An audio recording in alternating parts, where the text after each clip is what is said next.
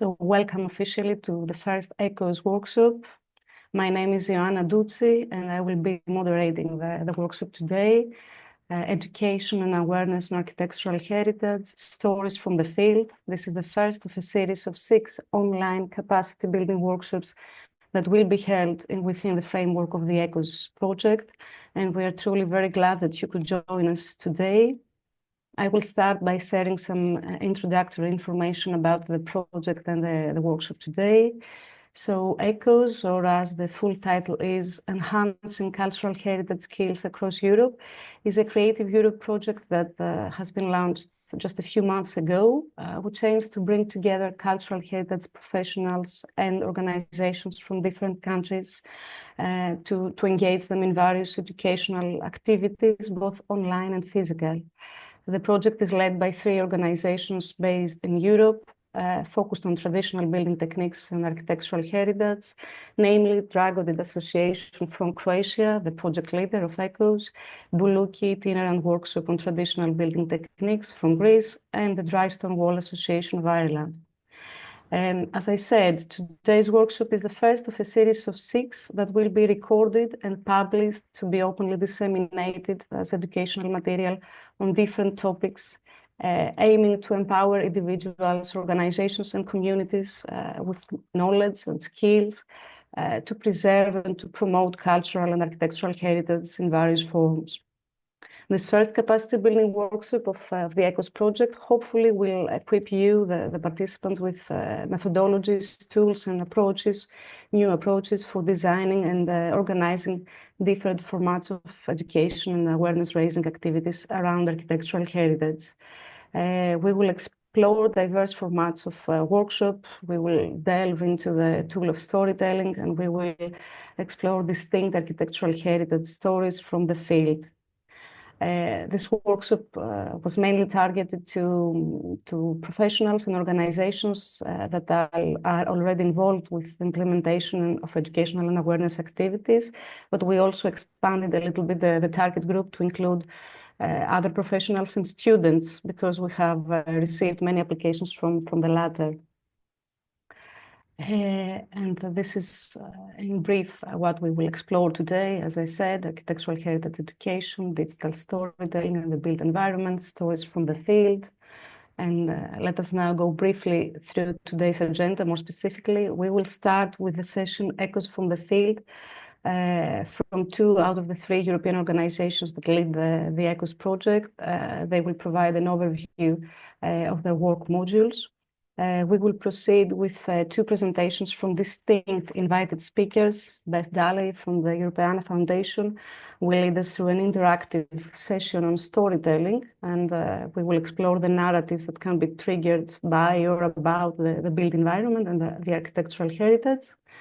And then after a short break, we will have Monika Baumanova guiding us through her fieldwork in Africa, presenting very unique local architectural traditions on the construction of coral stone houses in the town of Lamu on the northern coast of Kenya. And in the end, we will have a Q&A session and the closing remarks for today. After this introduction, we will go ahead with the first session, Echoes from the Field, a session dedicated to ECHOS project partners to share their experience through short presentations.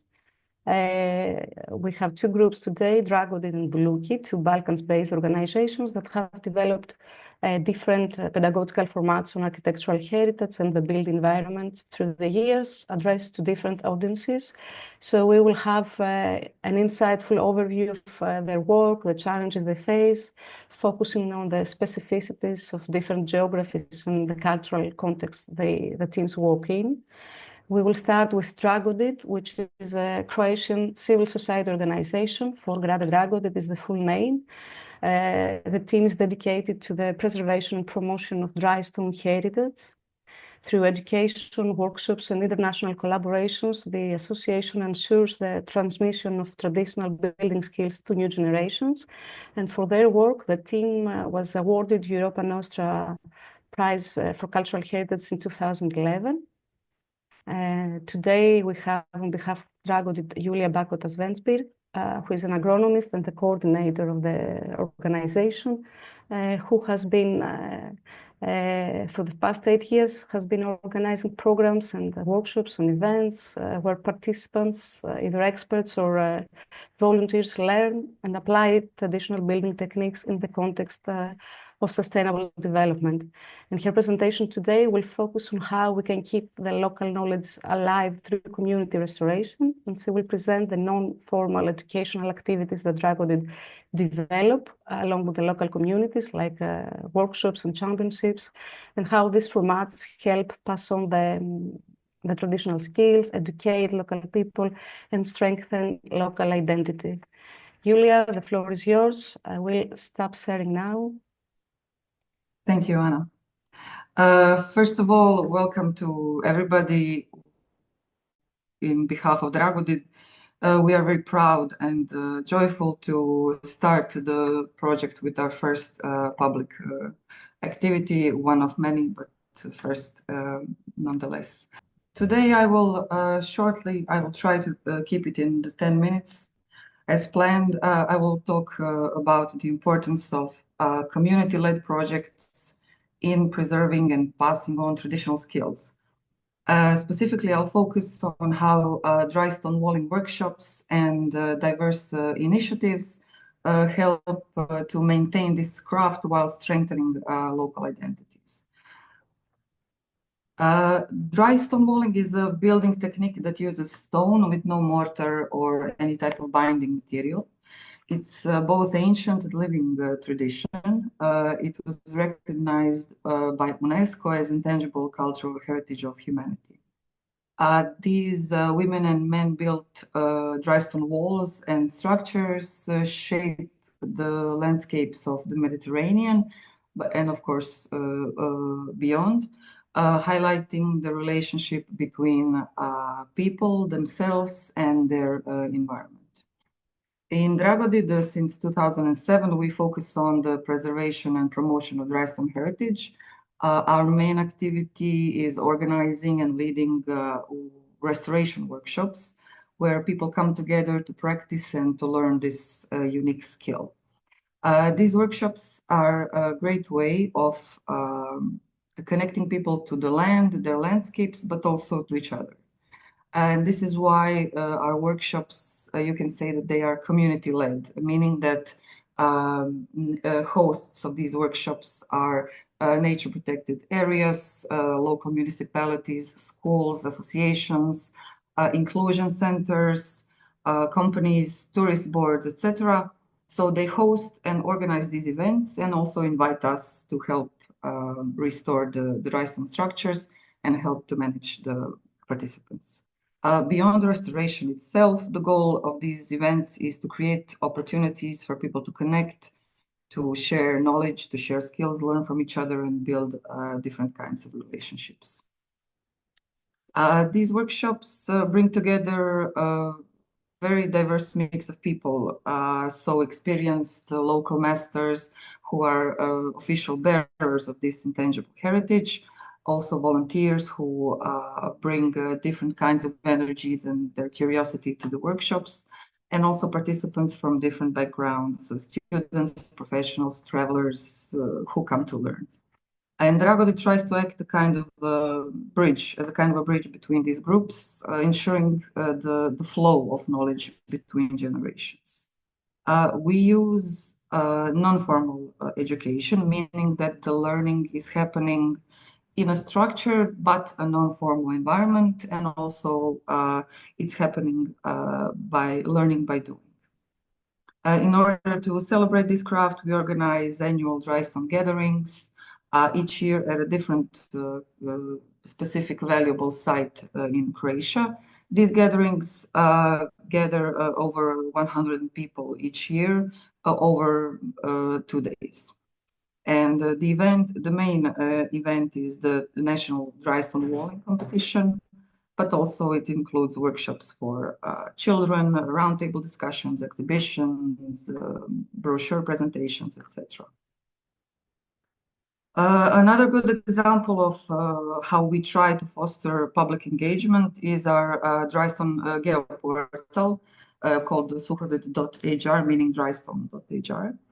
And it is open to contributions from anyone who wants to enrich the public web map by contributing their information, photographs, locations of either drystone objects, meaning it can go from small details, valuable details on some drystone walls up to the whole landscapes.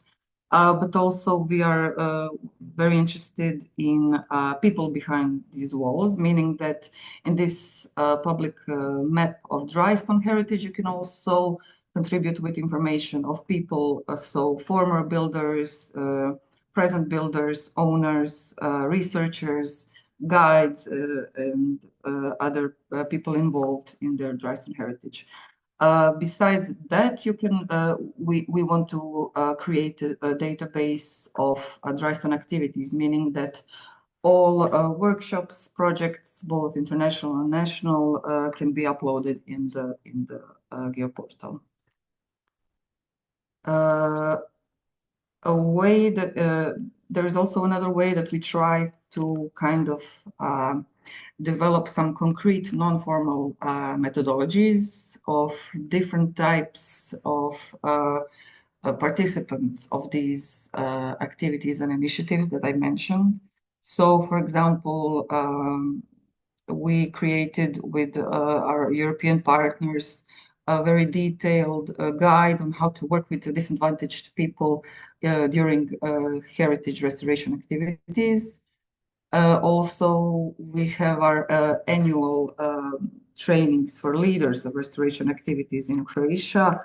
And these trainings, they combine both theoretical and with practical skills and knowledge of how to restore drystone walls, how to interact with different kinds of public, and how to manage both hosts of the workshops, volunteers, participants, local craftsmen, and other things that are important to equip these individuals with the tools that they need to lead successful events.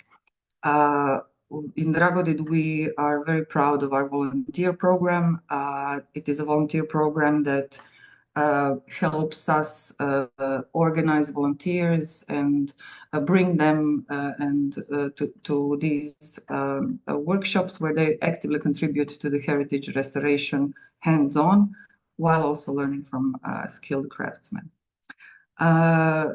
We finished a project a few days ago where main result that we created was guidelines for public institutions, specifically aimed at how to help public institutions restore water retaining systems in karst mountains of Croatia, meaning that we try to gather information available about restoring drystone ponds and drystone wells on a few of Croatian karst mountains.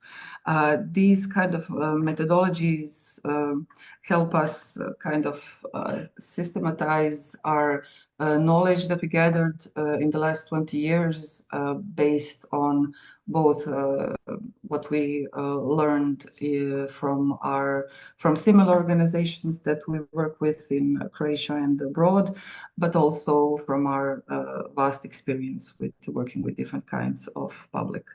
And this is something that we definitely want to explore in the future.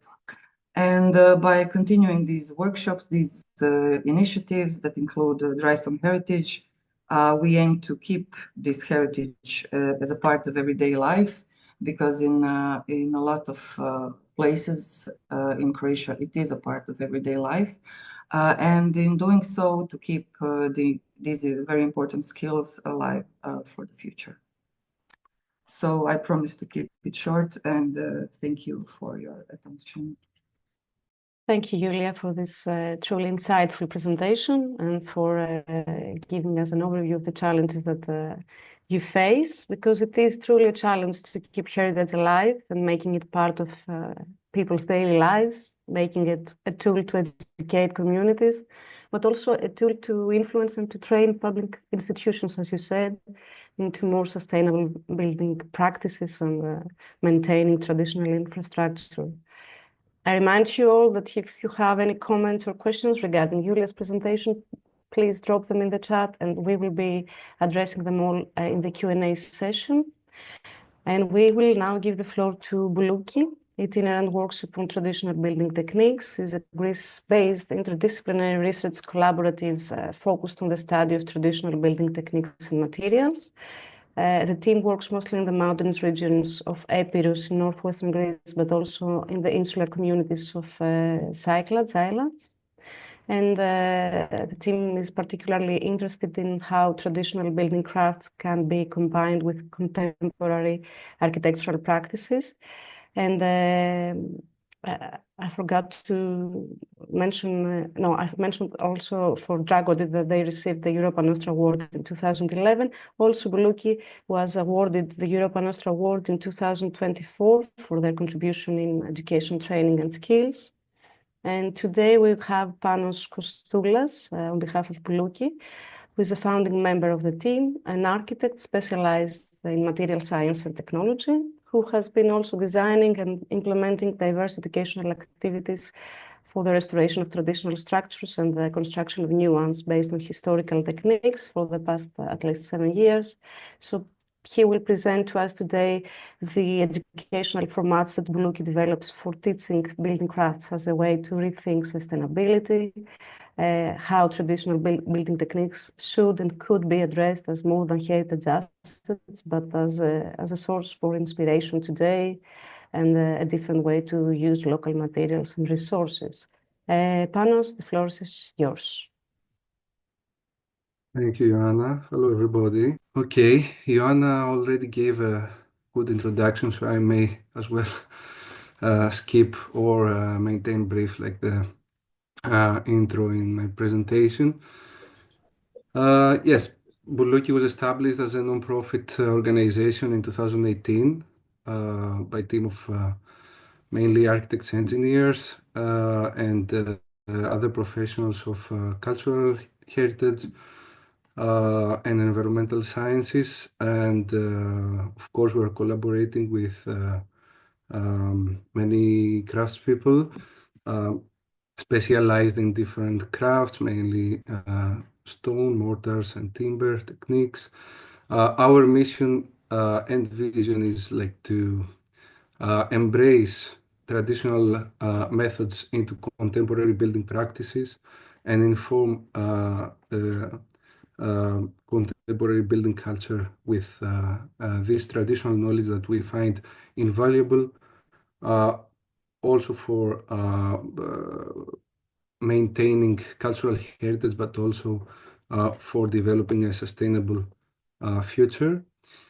Our methods of working combine research, education and training, actual building projects of restoration as well as new constructions, and also public engagement, like we're trying to raise awareness about important issues that have to be like local communities, but also institutional bodies have to be informed and engaged if we want to change the building culture, as I said earlier.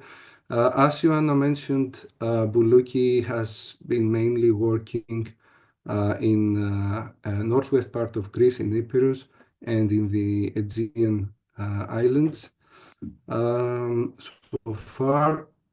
But our collaboration and partnerships span beyond Greece to the rest of the Balkans and the Mediterranean, as well as abroad.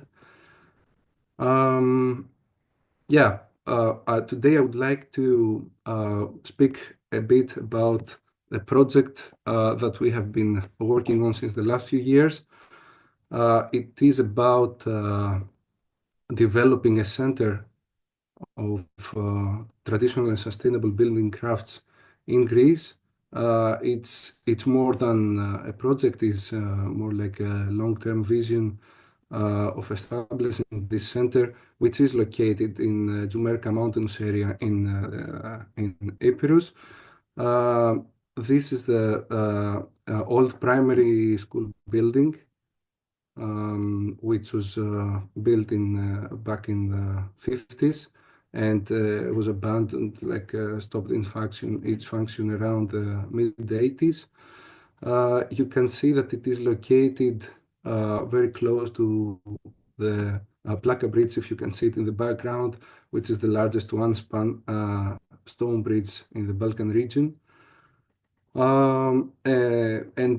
have been working a lot in this area, and we have strong bonds with the local community as well as with the local authorities. So the local municipality granted us the use of this building for the next 10 years. And since 2022, we have started implementing yearly some workshops and other training activities in order to restore and renovate the school, while at the same time we're training young professionals around building crafts and sustainable construction. So our first couple of workshops focused on creating on having like some small restoration works on the school, but mainly in building an entrance gate for the school, which was a small project, but it was like more like a symbolic way of raising awareness about this center that we're trying to develop. The hands-on process was also accompanied by a series of lectures and seminars. This is what we always do in our workshops. And also engaging local community through cultural mapping or local feasts with old masons and feasts. Yeah. So I would like to show a few slides about our last program, which happened in September 2024. This was about a double project combining a 1-month apprenticeship for 6 young craftspeople, 6 young professionals, as well as a 12-day workshop for 20 more young professionals in the fields of architecture, engineering, cultural heritage, etc. Its name was Tsiati, which means roof in the secret language of craftspeople in Greece. And the main works in the hands-on part of this program was about renovating the roof. I will show you a little bit of how we basically combine traditional building techniques in restoring as well as renovating the school here. So you can see the first picture above how the main room of the school was, and basically we tried to allocate a loft and a mezzanine to increase the functional space of the building in order to host more people and more activities here. So there was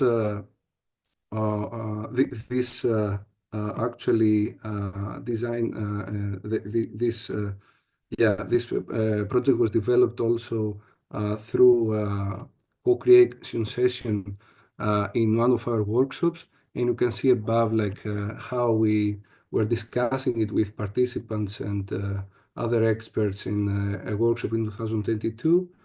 And later on in the picture below, how we started implementing it, of course, after informing it with necessary structural studies. What was very important also for us in this project was to also renovate the roof in terms of energy efficiency. When the school was built back in the 50s, the energy efficiency was not a big deal for the contemporary buildings, but nowadays this is a very important aspect that with which we need to inform our planning. So we did a quite extensive study on the natural insulation materials, and we opted for two different solutions, one for the big roof using wood fiber board, and one for the smaller roof using sheep wool and cork. This is both there was a decision so that like we can also train people in different kinds of materials and applications, but also about being able to monitor in the next few years how these different solutions perform. Using local, natural, and recycled and in general low environmental footprint materials was very important for this project as well as in all our projects. For example, using local timber for any new application that was required, although the local timber is not certified, and this is something, again, we're raising awareness about, and we're bringing professors, as you can see in the picture below, to perform timber grading and speak about like the challenges of local materials. And also about and also reusing materials and minimizing debris is part of lowering our environmental footprint. So in general, we try to maintain as much as possible from the original structure. Whatever timber, for example, needed to be removed was cleaned and reused again for example, making the guardrail of the loft, or the ceramic tiles, of course, were reused apart from the ones which are not in good condition. So we used similar second-hand tiles.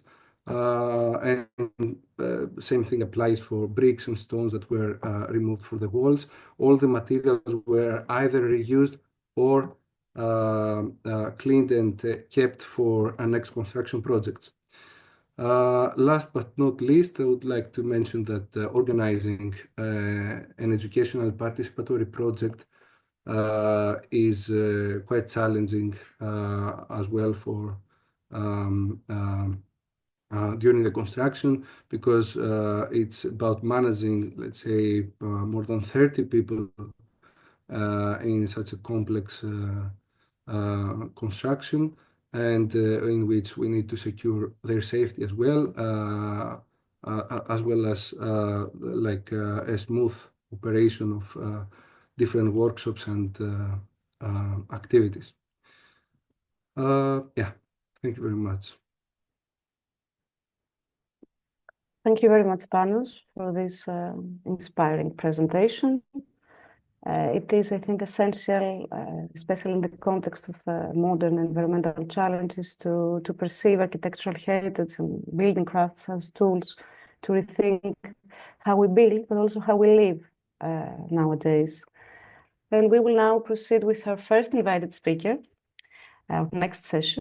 We will have Beth Daley challenging us to believe that we are all storytellers, as she says. Dr. Beth Daley is from the Europeana Foundation and will present today an interactive keynote in which you will join in, discover your inner storyteller, and activate your imagination. The session will present the 7 Europeana's digital storing tips for the cultural heritage sector, and will use some architectural items from the platform. For those of you that you are not aware, it's an online resource that brings together cultural heritage collections from across Europe, so it is truly a powerful tool. And a few words on our presenter. Dr. Beth Daley is a novelist, a cultural and creative writer, and Europeana's Editorial Adviser. She works in various initiatives for engaging a broad range of audiences in Europeana's work and content She has a PhD in creative writing. She runs a range of writing workshops, is on the board for Literature Festival Litfest Lancaster, and her first novel, Blooded Water, was published by Hick Dragons in Manchester. Beth, the floor is yours. Well, thank you very much. Thank you for that lovely introduction, and thank you for inviting me. And I'm really delighted to be part of your first public activity. That's really nice. And those first presentations were really fascinating, and I've been scribbling down. So thank you. So yeah, we are all storytellers, and whether you believe that or not right now, I hope that in the course of the next half an hour or so, I might be able to convince you. So just make sure I can move this along. Here we go. So what we're going to do in the next half an hour or so is think a little bit about why storytelling, why am I talking about storytelling, why it's important. We've got 7 storytelling tips that I'm going to go through to help you, and we're going to have a go. We're going to train our storytelling muscle, and we're going to do it using prompts from Europeana.eu, which I'll also tell you a bit about. To do with art and architecture. And at this point, I have to admit that I'm not an expert in architecture or building materials, but I found some what I think are really nice varied images that I hope will prompt lots of creative thoughts amongst you.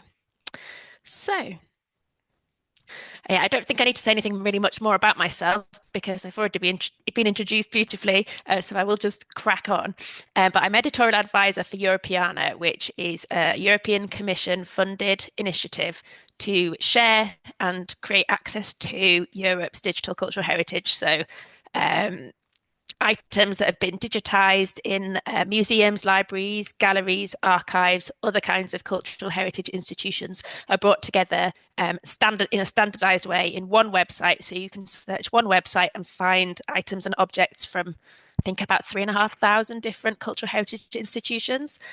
So this is just showing you that the homepage so that you can go and have a look yourself. It's Europeana.eu, and it's got a search function. It's got stories and blogs and various different ways of exploring the collection. So if you haven't ever looked at Europeana, I would really encourage you to do so after this session and just go and explore and see what you can find, because I'm sure that there will be things useful to you. There are certainly a range of stories tagged architecture, and at the end I'll share a whole bunch of links with you in the chat to the things that I've been talking about, so you'll be able to follow that. So this is where I'm getting the images from today that we're going to be doing some creative prompts around. But first, why are we talking about storytelling? Well, storytelling is humankind's oldest way of basically transferring data, of sharing information. So before we had written communication, we had oral communication. And so if you wanted to share something important with somebody, you need to find a way of making it memorable. And telling a story is a much more memorable way of sharing information than other kinds. So now we have written communication. I think there's much more of a difference between sharing information and telling a story. So sharing information, you might think of a list of bullet points or instructions, whereas telling a story is something that connects with the other person and connects emotionally. So you make somebody feel something. And by making somebody feel something, first of all, they remember the thing that you've told them. But second of all, you also put them in a state where they're more likely to then be able to take the action that you want them to take, which maybe might have used to be keeping safe from predators, perhaps, but nowadays might be more likely to join you or register for an event or go to your shop or whatever that thing might be, that action. If you have connected with them in an emotional way via a story, then they are more likely to then take that action that you want them to take. So it's really important in communication. And it's not just about, my screen's flickering. There we go. It's not just about like fiction, right? Storytelling. You might think I'm talking about fiction. I'm not. I'm talking about any kind of communication when you need to connect. You need to connect to people. Then you can use storytelling. However, I mentioned emotion, and for quite a lot of people, being told to connect with their emotions in a professional, business, corporate, any of those words, context, might be something that they are uncomfortable with, or maybe even scared of. I know in the academic system in the UK, we're not taught to connect with our emotions. We're taught to think about facts and figures and evidence and express those things. But if you want to take get a message across, you need to connect with emotion. You need to think about how you feel about it and how you want your audience to feel, and then you have to manufacture that emotion, that change in your audience, and that can be quite scary. But we're going to have a go today. And so what I'd really like you to do is to be open, and when we get to the point where we're being interactive and joining in, please just have a go, because this is just a fun thing for us to do together today, to explore and for you to start thinking about how you can tell stories and which tips you'd like to pick and use in your own work. So that takes me to our 7 digital storytelling tips. We created these during the pandemic as part of what we call a task force, where we had, I think, about 25 people around the globe joined together online to look at storytelling examples online, to find out what we liked, and then to look at those examples and go, okay, why did we like that? What was it doing that engaged us? What drew us in? We did it that kind of way around. And from that, we came up with these 7 tips that these successful storytelling experiences online used. And there is a video that hopefully will play for me and you'll be able to hear.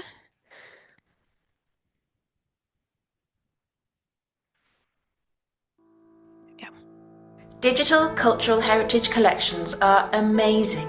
There's so much to explore. So, how do you make sure that the stories you tell through your blogs, exhibitions, events, social media and apps really capture the imaginations of your audience? Here are 7 tips to help. Histórias pessoais trazem o passado para a vida. Pensa como podes apresentar experiências pessoais e mergulhar no significado humano de um evento ou de um objeto. E lembra-te, deves ser sensível aos contextos sociais e culturais das diferentes audiências. כולנו רוצים ללמוד ממומחים, אבל זה לא צריך להיות משימה. בחר שפה נגישה וימנע מג'ארגון איפה שאתה יכול. בנוסף להיות מומחה ומושכל, אתה יכול להיות גם ניסיוני ושובבי.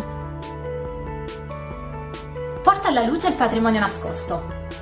Riesci a trovare storie che non sono state raccontate altrove? Considera chi manca nella foto.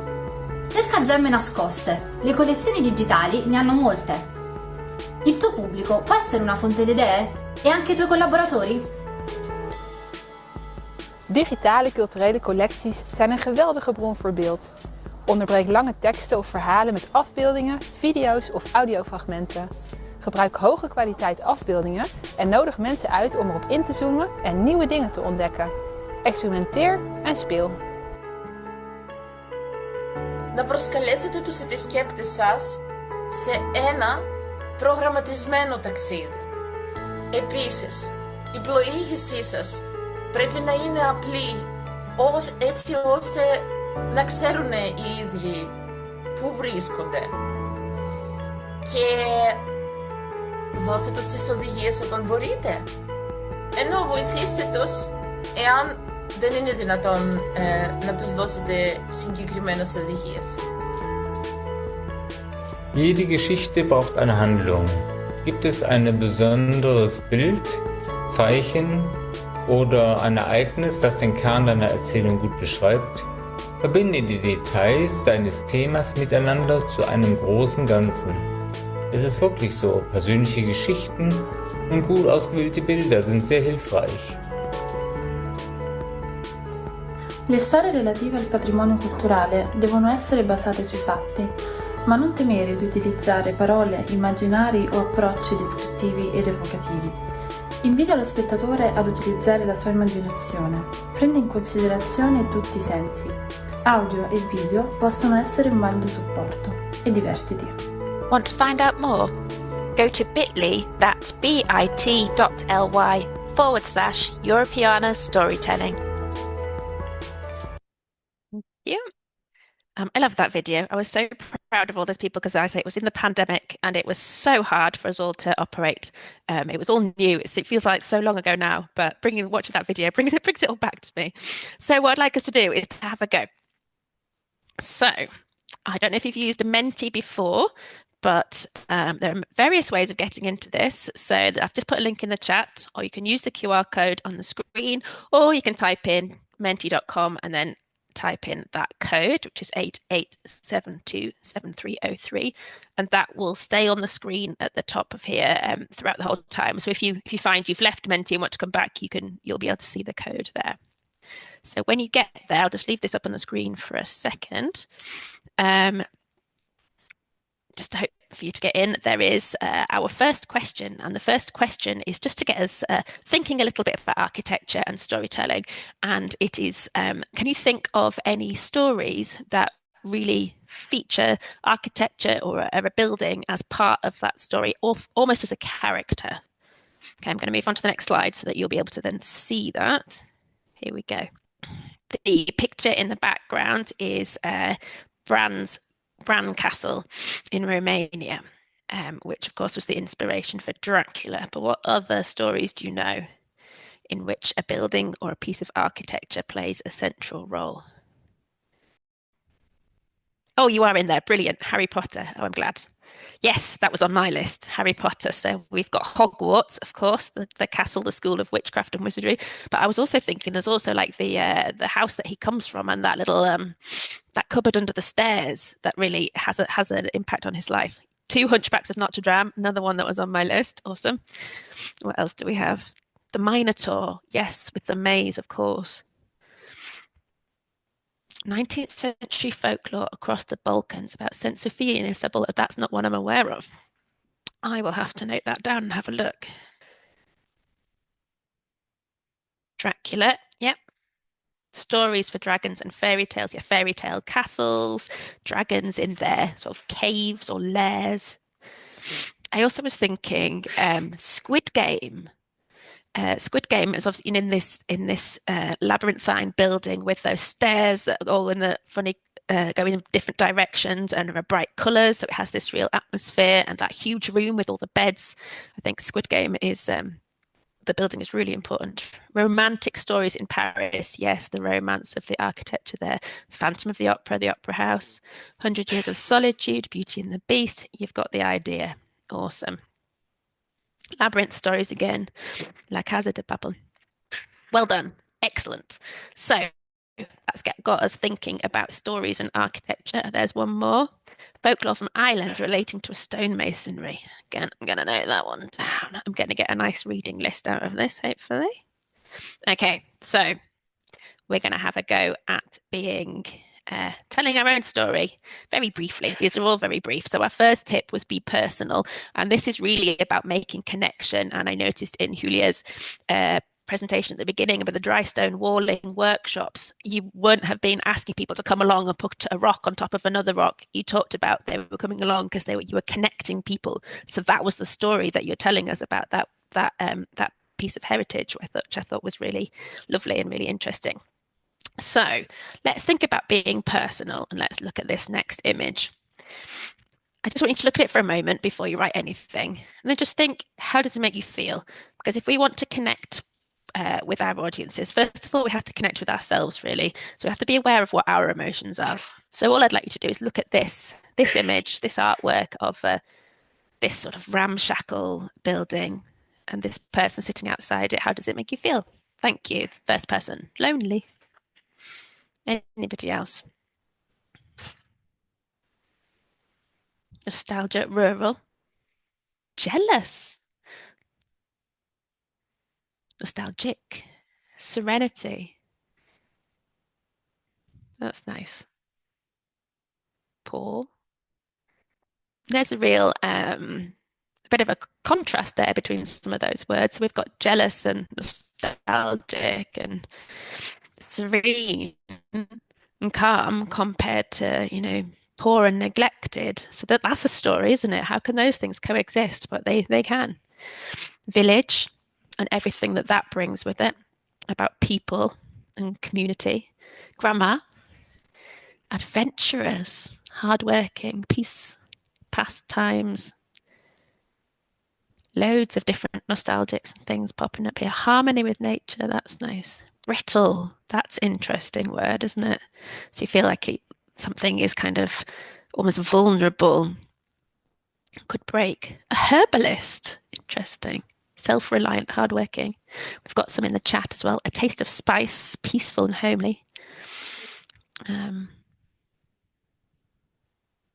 Excellent. And I think when we're thinking about being personal in a piece of communication or a story, there's different angles. You can think about how you feel as the author of this piece of communication or story. Think about the characters in the story. So, for example, this person in the image here, or maybe even their dog, or maybe the people who you can't see that are involved in this story, who's inside the building, who created it, who's this woman waiting for or hoping is going to come home, all those kinds of things.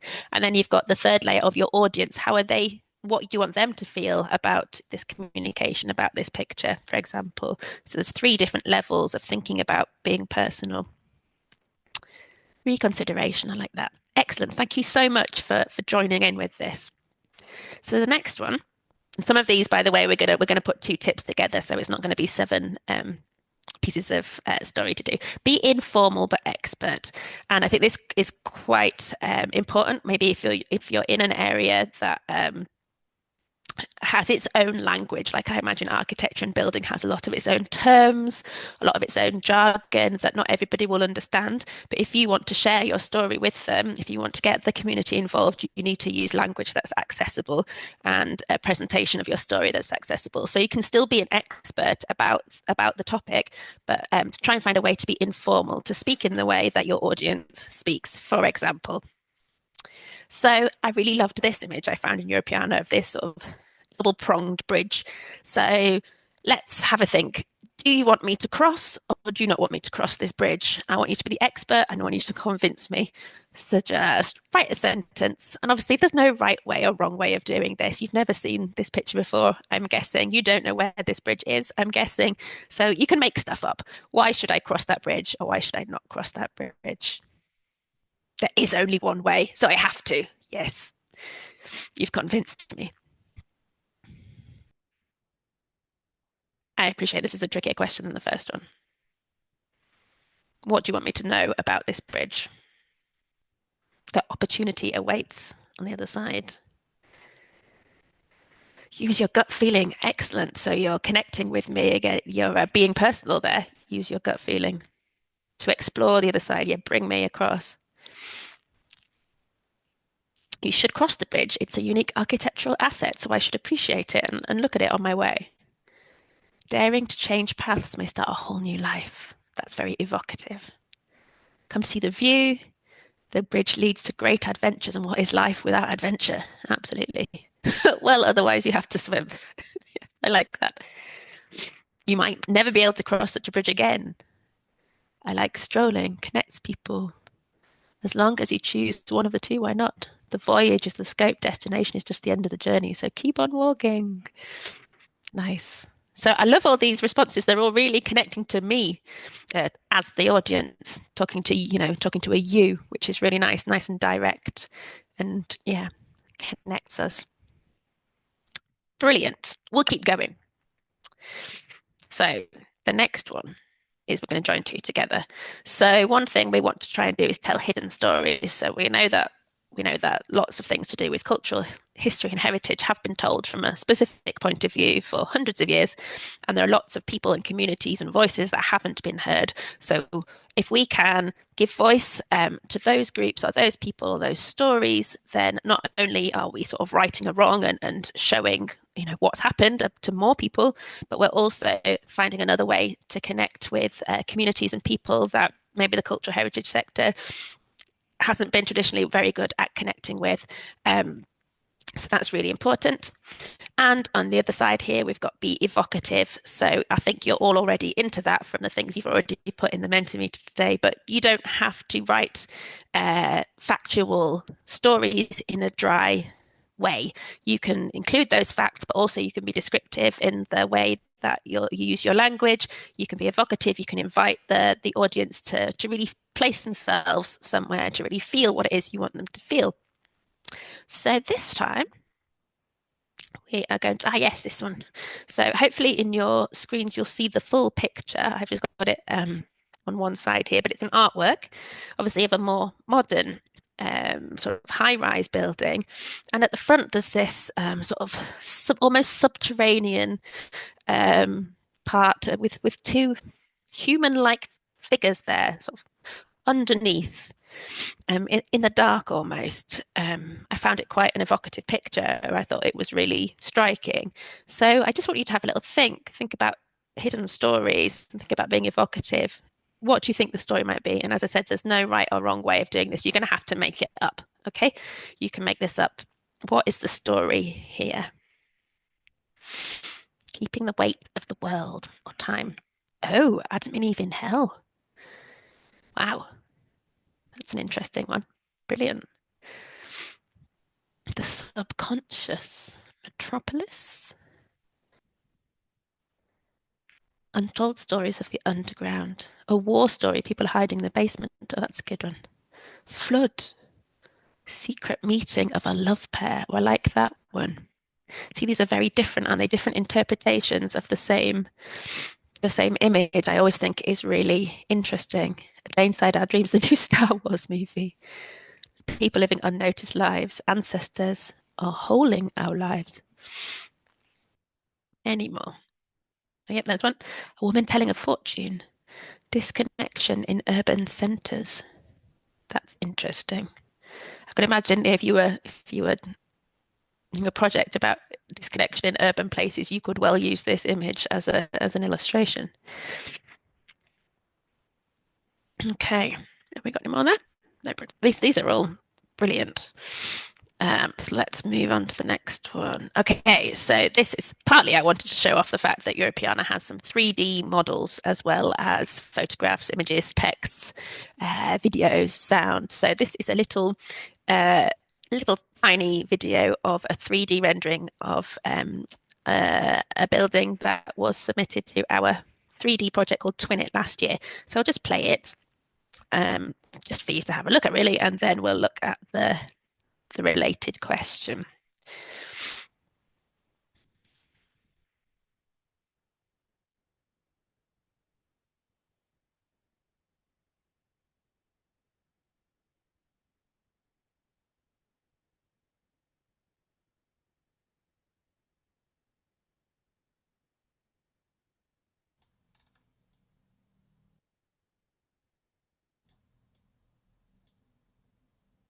There we go. So I'm sure if you are involved in architecture and building, you'll know that there's lots that can be done with 3D rendering, and that is really useful for preservation and things like that. So that was an example of what we've got in Europeana. So here's just a still of it, and I just want to point out, I love the fact that it's got a little face in it. Those two windows and that door just make me think of a face, which I find quite amusing. Anyway, what hidden stories might be hiding here? What did you want to know more about, perhaps, when you were looking at that little video? Where would you have looked to find a story?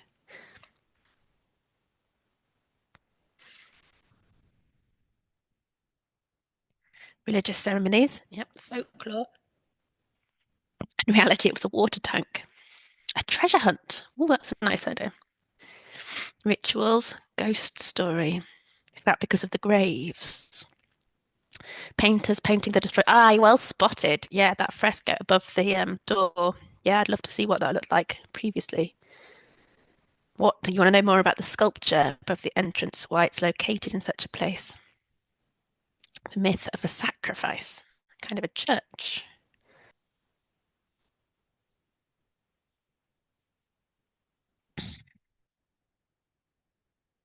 Generational trauma of a place. Offering food storage would be interesting. So you can see you've all got different interpretations of what this building could have been used for, or could be used for, or the stories that it might be hiding. So if you need to share a story about a place or an object, think around it in this way. Think what hidden stories. I can see you can see what you're looking at, but what is there that you can't quite see, or you might need to research or ask questions about in order to bring something that people don't know to light. If the relics of the saint are still inside. Good question. Brilliant. Okay. Move on to our second to last prompt. So this one is about illustrating your point. So if you're writing or producing a video even, or writing a blog, or even doing a presentation, you might want to consider using different types of material to break up either your text or your spoken narrative. So what can you include that gives people time to reflect on what you're saying, that enriches what you're saying or writing? So that could be pictures, images, diagrams. There were some brilliant diagrams in Panos's presentation earlier, beautiful drawings of these buildings which were annotated. I thought they were great. What can you include to illustrate your points? And the second one here is about being specific. So the examples that our task force looked at of really good storytelling online all started from a really specific focus. And whilst they might have moved out to a bigger picture, they always came back to that specific focus and kept it the whole way through. So always at the beginning of a project, think about what the message is that you're trying to share, or the specific focuses, and really keep that the whole way through. Keep tightly to that, and that will help you to tell your story. So let's have a little go at this one. And here I had to put in a picture with a dry stone wall from Europeana because I knew it was important to so many of you. And I live in the north of England where there are also lots of dry stone walls. So I wanted to include this. So here's the question. What or whose story do you think could centre around this image, or who is presented? What other material might you want to use? So if you were going to tell a story about this, what else would you use to illustrate it? And what would be your specific focus for this story? And again, you're going to have to make it up.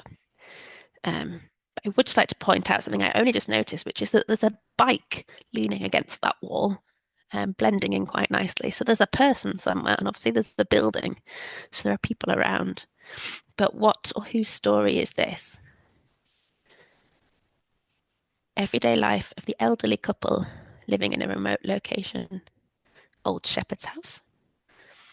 Everyday life of this building. And what else? I don't know if you can type in 2 answers on this question or not. What else would you like to see? Oh, here's one. I'd like to see some photos of the residents of the house.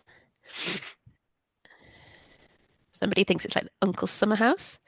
Story of immigration, finding a new home and new jobs. Using a folklore song, that's a lovely idea. So multimedia, bringing in a different kind of material. Grandchild remembering grandfather. The story of the stone fence. To megaliths for a new life. The love story of a tree and a bird. Oh, I like that. You focused on a completely different area to the rest of us. We're looking at the building and the wall, and you're looking at the tree. Fantastic. Excellent. Yeah, and maybe think, where does this road go? Is there something at the other end of the road that we need to be aware of? A secret message hidden among the wall stones. Nice. Summer house of an urban couple. Childhood of a president or the like. I would use cooking recipes. Lovely idea. Really nice idea. Yeah, what does this place smell like? What does it taste like? What can you touch? You can always remember to use the senses as well. I like that idea of the recipes. Looking towards the sun. Brilliant.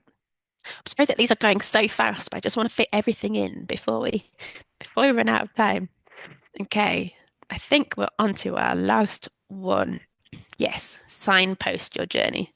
So this is all about really making your audience feel relaxed enough in your storytelling to follow your story. So in terms of a blog, that might be because you've got really clear headings and subheadings so they know what it is they're expecting to find out. If you're making a website, it might be that the navigation is really simple so they know where they are and where they're going. If you don't make the journey well signposted, you can do that, deliberately because you want to create a feeling of unease or disassociation or something.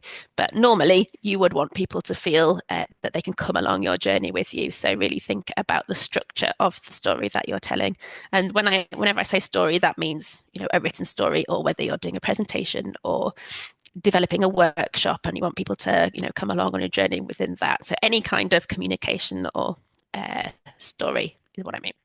So our last one is this. And this is a GIF, and I just wanted to also point out our GIF It Up festival, which we have every October, where everybody is invited to use open content from Europeana and other sources to create animated GIFs on particular themes. And this is one of the winners from last October, which happens to have a house in it. So I thought I would use it. So if we're thinking about signposting, that can mean having a good title, for example. So this is our little exercise here, is to give this a title, Home Sweet Home. Because the title helps people to know what to expect. It might help people click on it if it's a blog or something like that, or a piece of digital content. Bloody winter, nice. Rainy night outside my cottage, very descriptive, right to the point. An uncanny dream I once had, like that. Leave the comfort zone, engage the wild. We've got a couple of home sweet homes, winter holidays. I am missing a cat. I like that. You've looked at what is not in the picture.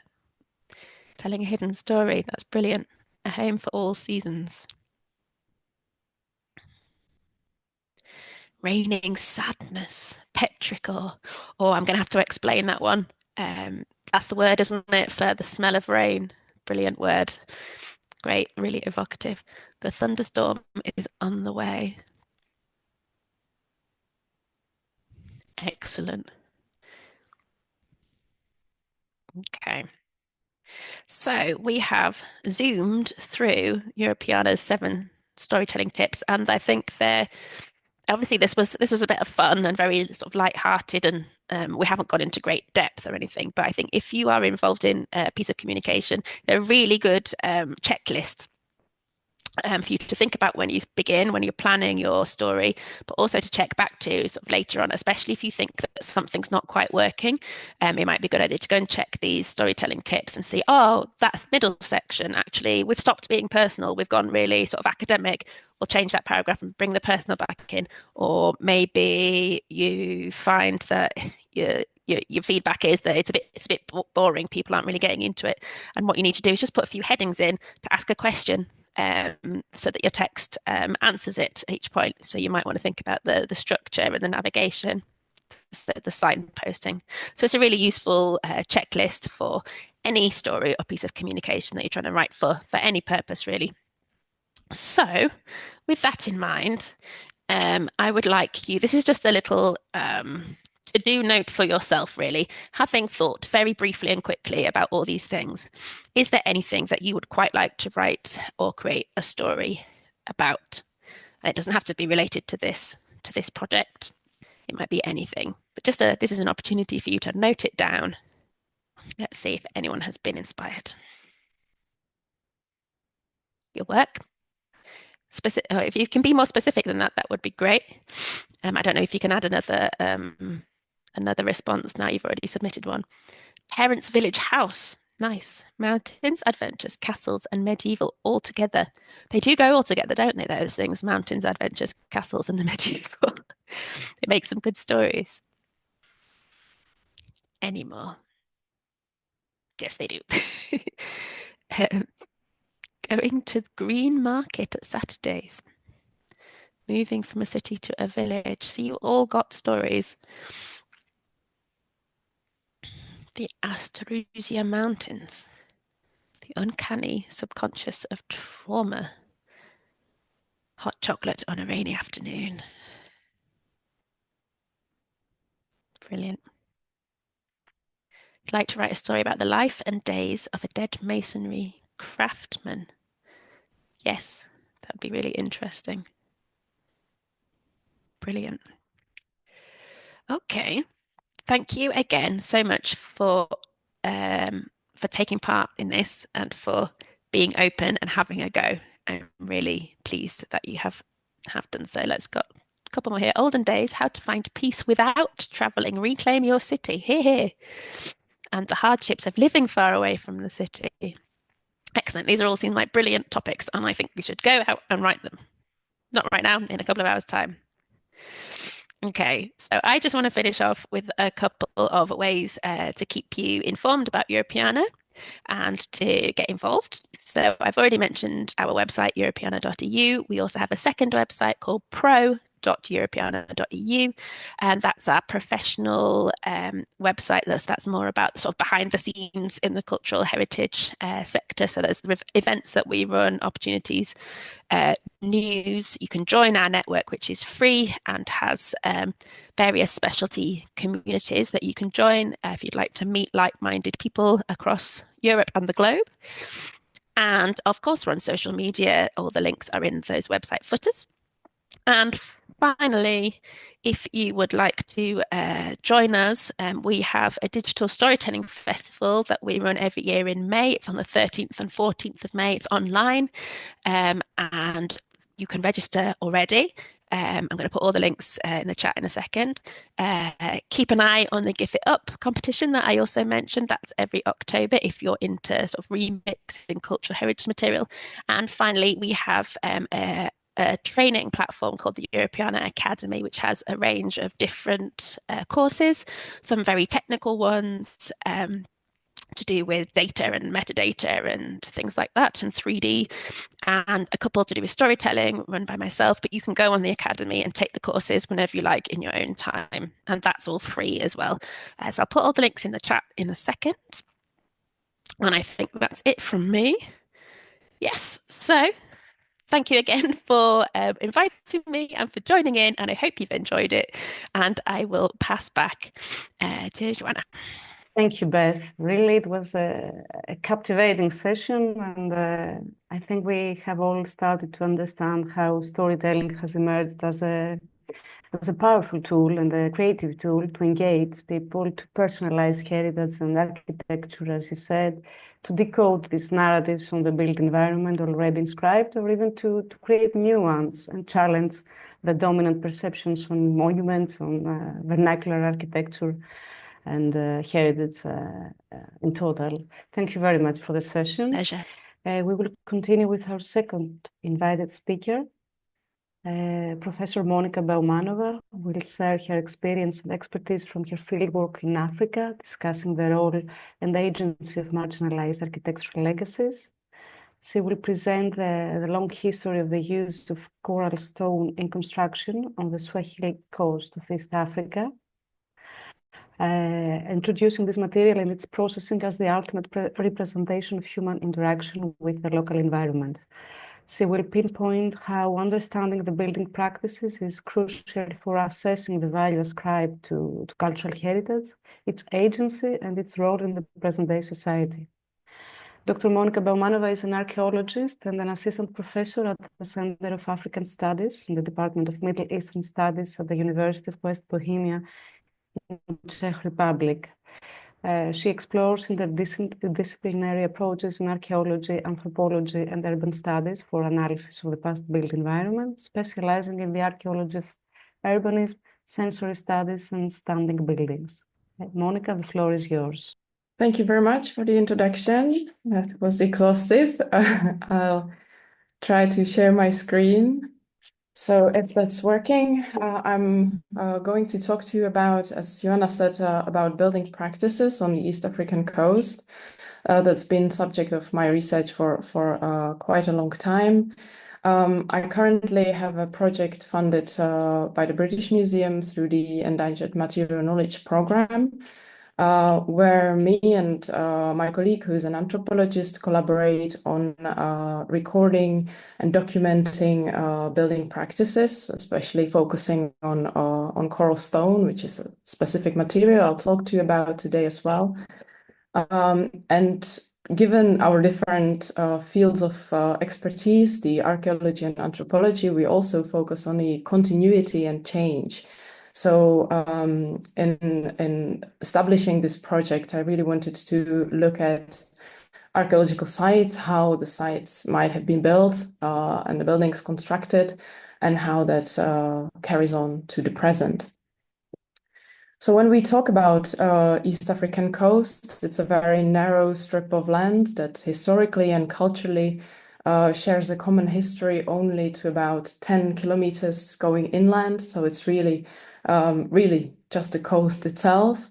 and stretches from what is today southern Somalia, across Kenya, Tanzania, to northern Mozambique and northern island of Madagascar.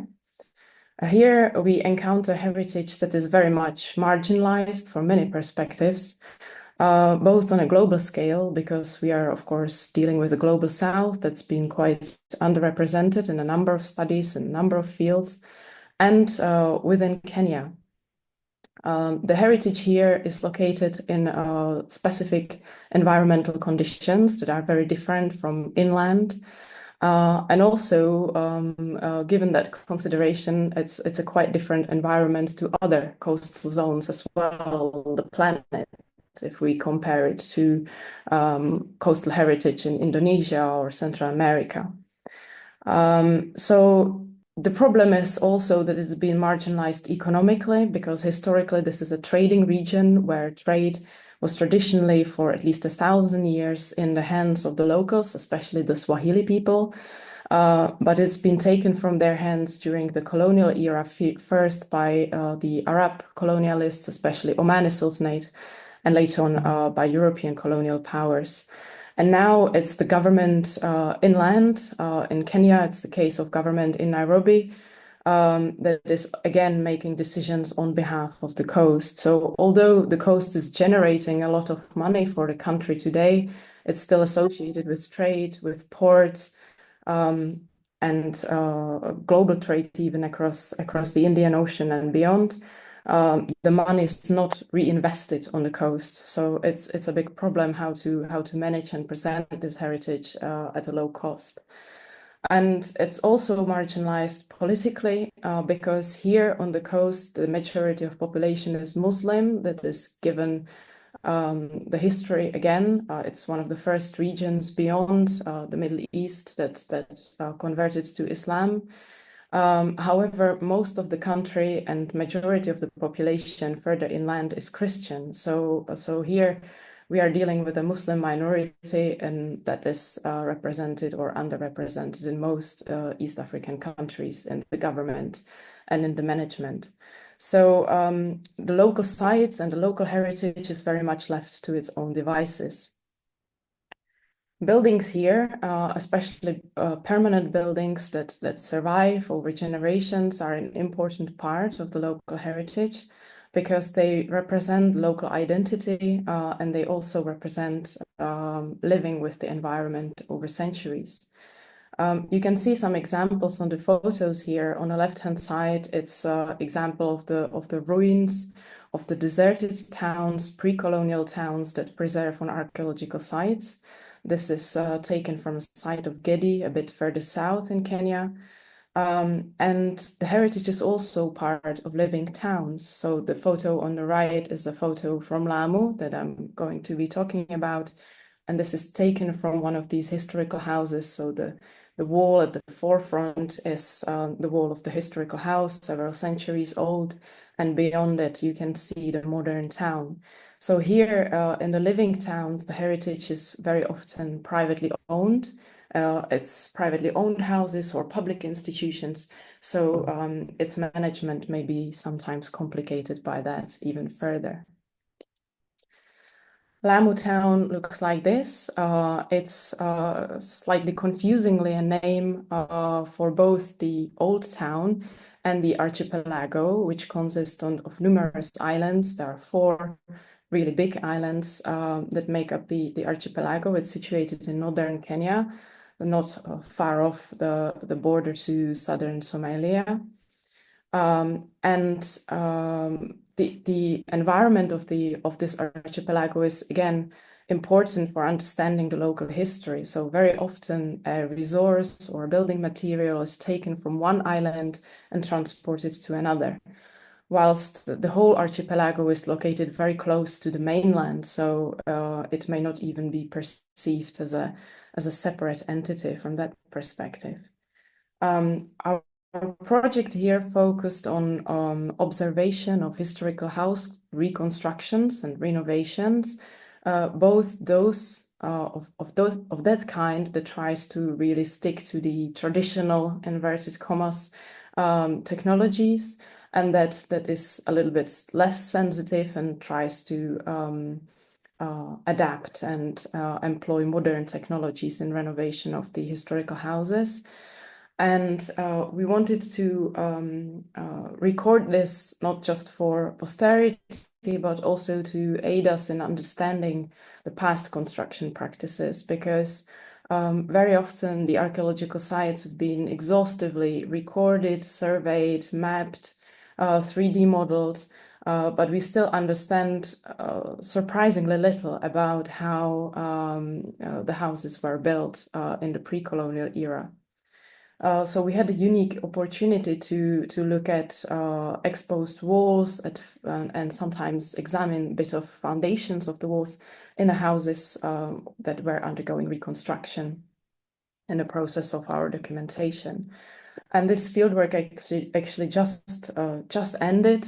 It was the first fieldwork of our project, and we went in January and February. So this is just over a month ago that we came back. So you're getting really fresh pictures from the field. To talk about these houses, it's important to give you some introduction to the specifics of the local building material. So what is this coral stone that I'm going to be talking about? As many or virtually all of the preserved buildings are constructed of this material. It has different names as well. It's been known as coral rag, or sometimes the correct name is fossilized coral. Actually, technically, it's a type of limestone of organic origin. This type of architecture has a very long history on the coast, over 1,000 years, and it's been a major permanent construction material here up until the 20th century, now that it's being replaced by modern materials. It's actually very common on the East African coast, so it is the natural that you find when you remove soil, so the underneath layer. It is found both on land and in the sea, so it was also accordingly quarried, both in the shallow waters, in the sea, and on land in various quarries. And it exists, it's been used in various types and qualities that differ in porosity, in weight, in color, and look. So in the past, or for the past construction, for the pre-colonial construction, we assume as archaeologists that actually majority of the material came from the sea, while today it's almost exclusively quarried on land because it's just easier and you can get more of it quicker. So if you look at the photos on this slide, you can see some different examples of this coral stone. The example on the top is from an archaeological site. It's a weathered chunk of this coral stone. You can see its porosity that was used in the walls, whilst on the bottom photos, you can see examples of different types of this stone that is in modern day quarries. So sometimes the stone has this really the imprint of the coral, the animal visible on it. And sometimes it's got just a grainy texture. So it's just a limestone that looks compressed together and doesn't have any specific imprint or shape. Why the use of coral as an ultimate representation of the human environmental relations is not only because it's wide availability locally, but also because to actually use it for building, you need to use many other local resources, such as the wood that is locally available, especially mangrove wood, the local type of sand, and the climate is also an important factor because that is involved in making the walls stronger and in producing lime that I am also going to mention in the following slides. So in the past, especially, and today increasingly less so, the coral stone was also used to or processed to make all the other material that you needed for building a wall. especially lime, that was used as bonding agent and for plastering. So it was the coral stone in various shapes and formats that all together make up this wall. And the different ratios of lime and sometimes of local sand were used for all aspects of construction, actually. So today, I said that the quarries on land are the most common. These are examples, or the images were taken on Manda Island, where this modern quarry is situated. It's opposite the old town of Lamu, on the opposite island. And you can see from the photos, like here, the bottom right-hand side photo, that it's today quarried in blocks, virtually exclusively in blocks that are carved out and lifted from the quarry, kind of ready-made. Whilst in the past, it was chunks of coral stone of different sizes that was quarried and then taken to the building site, and then it was shaped there according to the need and its specific destination in a specific wall or building. And the question really is today, what was the better technology? As it may seem that the blocks are easier to work with, that it looks kind of neat, and they can make a stronger wall. However, most of the builders today recognize that this is not actually the case, because today the walls are much thinner and lack some of the properties such as durability and isolation against the hot weather that is the characteristic of this region. So to be a quarryman is a very specialized profession. It's linked to transport management. You can see here the cart pulled by donkeys. That's the ultimate mode of transport here on the islands. There are no cars, no roads for cars, and no gas stations, so it would make sense anyway. So donkey is the most important transport animal. And it's also a lifestyle, so to say, because in these rural villages, the quarry villages are very much rural, quite opposing to the urban environment you encounter in Lamu town. And you can see even on the photo here on the left-hand side, the kids playing with a plastic canister shaped as a cart. And so the games of the children in the quarry villages also consist of them playing, being a quarryman, and transporting this material to the port, between the quarry and the port. So I mentioned another important building material. It's not just the coral that is really a defining feature of the houses here. And it's the history of its involvement and working with this type of wood needs to be recognized, and that is mangroves. Mangroves are very characteristic for this part of the world. Actually, Kenya is globally one of the most important mangrove ecosystems, and Lamu within Kenya is the most important mangrove ecosystem. So really, it's important environmentally as well, for environmental protection. Just in case you're not familiar with it, I should probably highlight that mangroves are these trees that have their roots and trunks submerged in seawater. So that's what you can see on the bottom middle and right-hand side photo. The mangrove wood is very hard. It's in many ways it can be likened to oak, for example, in European conditions. It's given these properties, it was used in the houses for ceilings and for roofs. It can carry amazing amounts of weight. However, it has some differences. As I said, comparing to oak, there are some differences. Especially important difference is that mangrove doesn't grow beyond a certain length. And also there is a uniform thickness to the trunks. So one of the limits that the use of this material put on the houses is that you can only build rooms of a certain width. An example of this is visible on the photo on the top, where you can see the roof beams of mangrove. That's actually the room couldn't be any wider because you didn't have, or you couldn't find a suitable beam for that. It's also important to say that mangroves grow quite slowly. The growth rate is only for the juvenile trees about 1 meter, but then it slows down significantly to about 10 centimeters per year.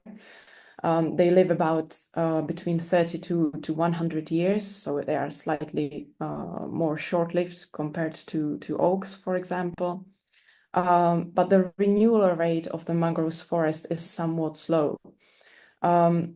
This is also a reason because in the past, the mangrove was a very important wood, not only as a building material, but also used for lime burning.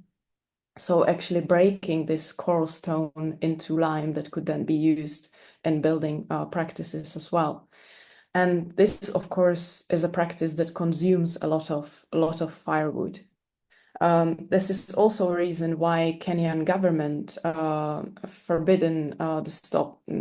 put a stop to use of mangrove wood for lime burning about 5 years ago, without suggesting any possible replacement. So you can still use today mangroves for building as a building wood, but not as a firewood.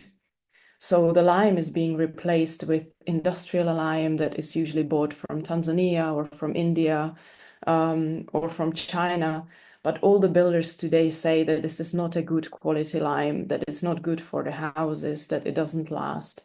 But there's no alternative in place. So not, for example, a sustainable management of these forests has been suggested. No kind of turnover for the wood to grow and be used, at least for limited amounts of lime production. So this is a quite acute problem that the environment is still facing today. It's also an endangered type of heritage, an endangered sample of a heritage production of architecture building on a global scale, because the material properties and its limited availability affect both heritage management and the building of modern day houses. So the building technologies are constantly changing at a faster rate, even, I would say. And it affects all aspects of building. So mining is changing because now it's happening on land and not so much in the sea.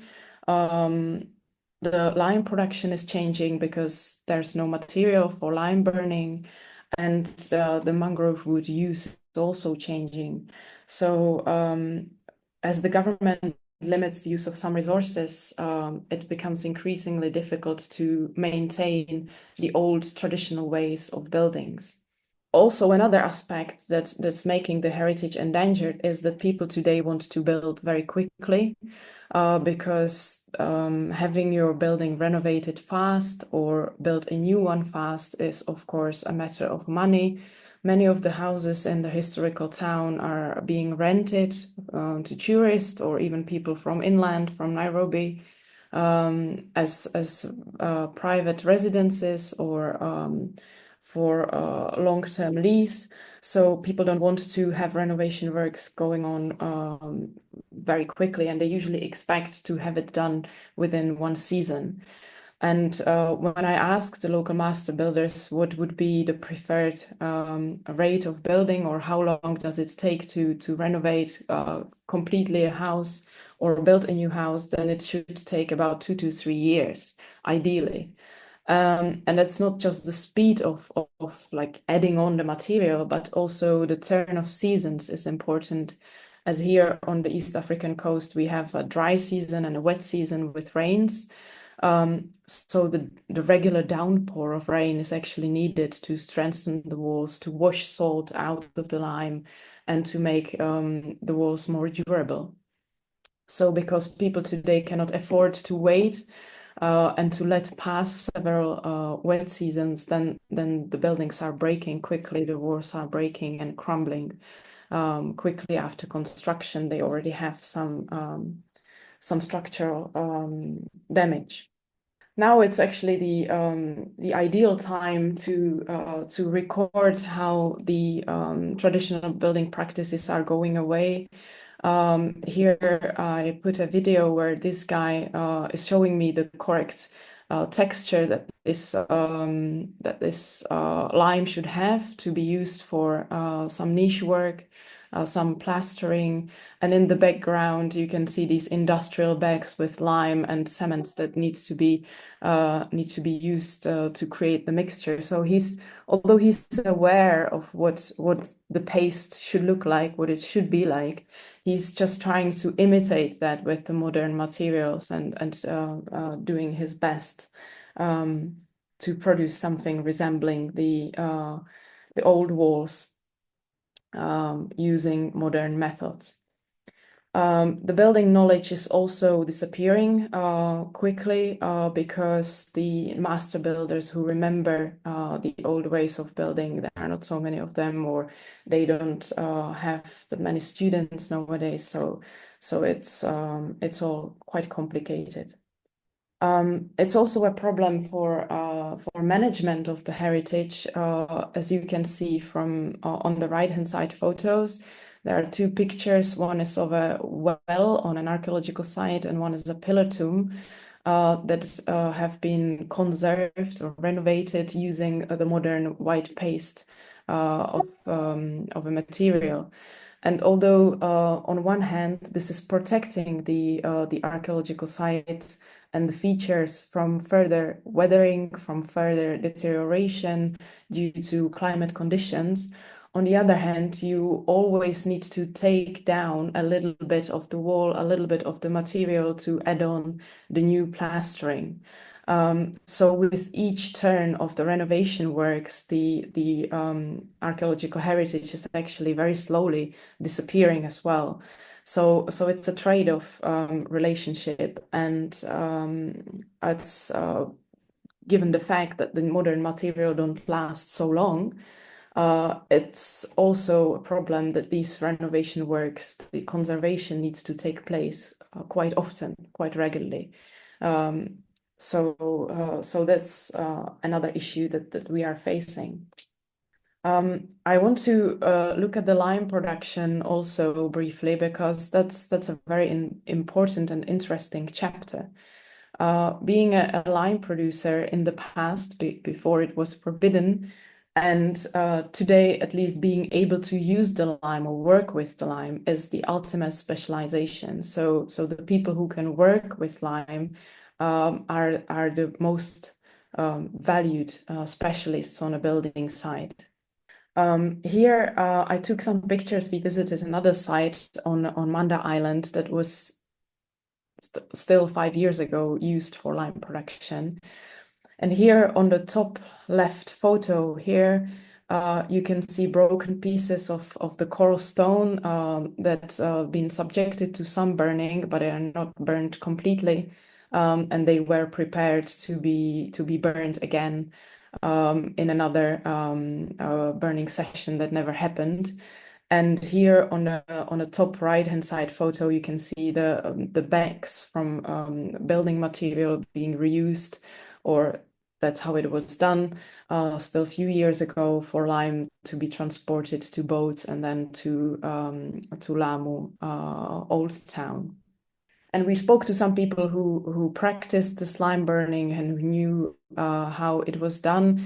And we also visited this archaeological site where the last one, where a lime heap ready for burning is preserved to maintain memory of this practice. And this lime heap you can see on the bottom right-hand side photo. It's a bit, it's sitting low now because it's so old.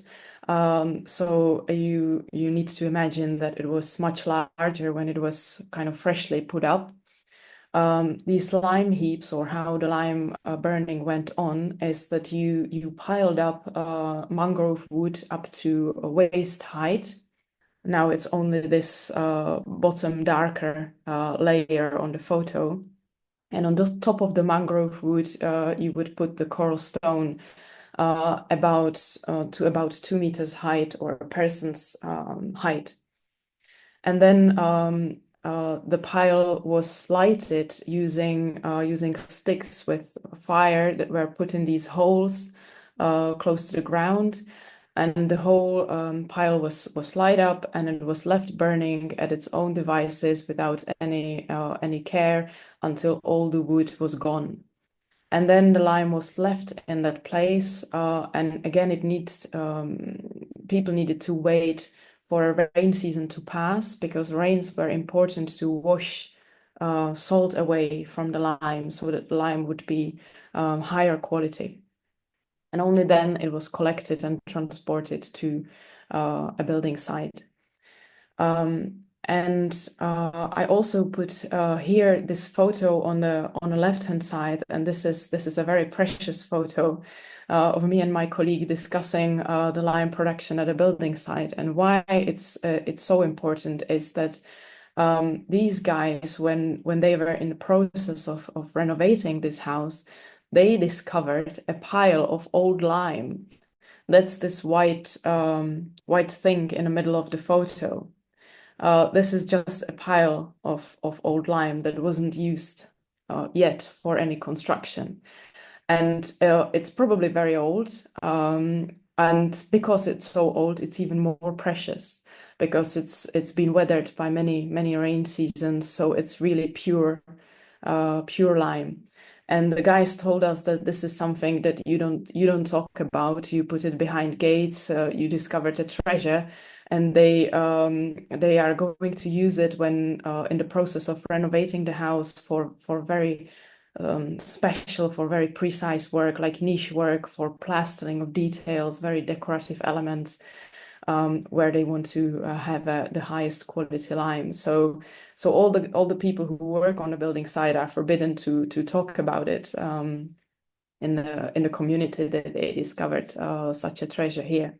So it's really a precious resource. And even I thought when I started working on these houses and researching their history, that the most important thing was the stones. Actually, it was not. The most important thing about a house is the lime that you use, and the people you can secure that can work with the lime. So in the process of our research, we documented the historical houses. We looked at about 20 standing houses, and thanks to my colleague, who is a native of the town, or half of her family is from Lamu, we were able to visit places that we wouldn't normally be allowed to go into. We had a 360-degree camera, so we were able to record the insides of the houses like this. So I'm going to play this several times. I edited here into a video, so I don't have problems with the presentation, right? So you can see from this view what the houses look like. You can see the plastering that is used on the walls, the mangrove beams that are used. Mangrove beams that are used for the ceiling, the niches that are built using the slime, and the niched wall at the back of the house that I'm going to mention in the following slides. That's like the ultimate core of Swahili houses. This is very important historically and for identity of the local people. So the houses are really a representation of the community, of the family history, and of culture identity. So they are really a core part of the local culture heritage. And in the process of our documentation, we also encountered cases of very insensitive rebuilding and building alterations done to these houses. That is usually connected with people of not Swahili origin that sometimes married into the local families and over some generations, they were able to gain ownership of these houses, and they usually don't stick to the traditional ways of their repair or rebuilding. And the examples of these slightly sad stories you can see on the bottom photos. Like here, you can see the niches and the decorative work that was part of this wall that's been plastered over for most of its extent. Or these metal gates were put in to separate a part of the room to create a kid's bedroom, and in one of these houses. Or you can see this window opening that was put here next to a courtyard that has no place in a Swahili house. So this is a house that is owned by a partially Pakistani family, I think, that is introducing, or that's historically the greatest problem, that these building technologies from India and from Pakistan are kind of infiltrating the traditional technologies that are used on the East African coast. And that is, of course, viewed as problematic also by the local populations. We also looked at stone construction practices and tried to identify how they changed and why they changed so significantly over the past 50 years. Although some things don't change if they continue to make sense, if I put it this way. So you can see this guy loading donkeys on a building site with loads of building material that are transported in and out of buildings. So nothing changed about that, because donkeys are still the best and the most available transport method. So they're still used on building sites. On the other hand, you can see these guys with a stone cutting machine working on making these building blocks with this modern technology in a house that's otherwise built using the traditional technologies. However, on the very same building site that we saw these people working with a saw, we also encountered a strong, pronounced effort to rebuild and renovate some walls using the traditional technologies. That's visible on these photos on the right, especially the top right photo, where you can see that this house is being extended using blocks here beyond the window opening. And at the forefront, you can see the guy working on this scary looking mangrove wood scaffolding. He's hanging about 10 meters above ground. And he's using the traditional method of renovating the house, the wall structure. You can see him working from a close-up here on the bottom right-hand side photo, where you can also see how this wall was constructed, this historical wall. That the core of the wall was of these chunks of coral stone of different sizes, not shaped into blocks, but really chunks is the best description, and stuck together using mortar. And then there is a layer of small, very small pebbles and smaller bits and pieces of the stone that is put on the top and stuck on the surface of the wall. And they use strings and they use rulers to really make sure that the wall is completely flat. Because when you're plastering the wall, you want to use as little lime as possible. So it's really in a builder's best interest to make as flat wall as possible. So it's a time-consuming process. It requires skill and patience in this puzzle-like work. It's sometimes when people have the money, have the time to invest in this, they really put in their best efforts to preserve and reuse this old built technology when available. So it's not that people want to just kind of headlessly adapt to what the modern world offers. They do value continuity, but at the same time, they recognize that change is sometimes necessary, or it may be easier, or the builders themselves, they will do what they are paid for. So they are very happy if they are allowed to use the old, slow building technologies. But of course, if the owner of the house says that they want it built quickly, or they give them less money, then they just use the modern technology as well. And sometimes the choice is made also with respect to the structure of the building. So as in case of this modern wall put up as an extension of this historical building, this is not because they want to build quickly, or they don't have the old material, because they do have it for repair of the old wall. But they were concerned about the stability of the building, because this is a second floor, and they wanted the house to be lighter.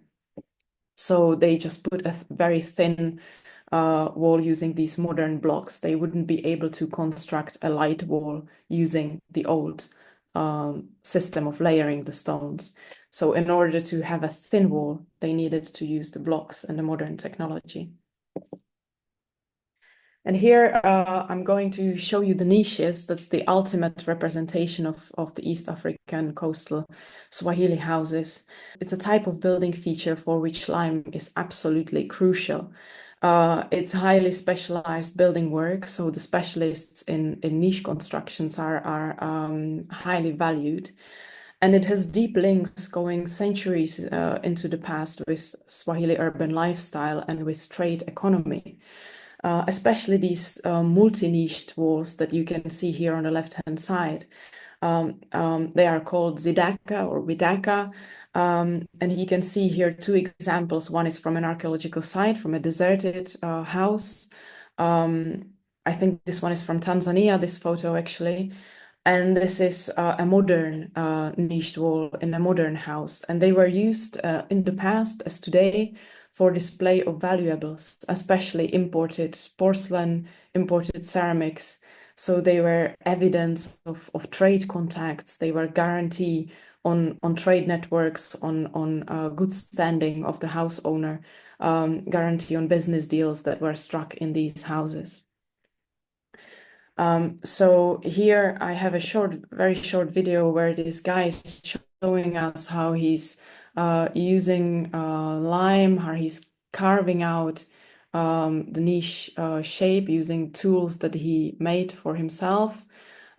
He's got about 15 years of experience making niches. And, you know, these guys are popular. They are being today ordered to work in Dubai, in Zanzibar for these millionaire villas. So it's not just in the Swahili community. They are recognized that their niches, you know, last generations. There is a competitive method that the Indians use when the niches are cast in molds. But these niches don't last. So you need this old technology of layering, of adding layers of lime and carving it. And you need to have the knowledge when to put a bit more sand into the mixture, when to use just lime. So you can see that he's slowly adding on another layer and another layer and shaping the recessed surfaces in the openings and in the decoration until he makes this finished, good-looking niche all new. So we also briefly looked at some associated building practices, not just working with the coral stone, that are related to construction of these coral houses.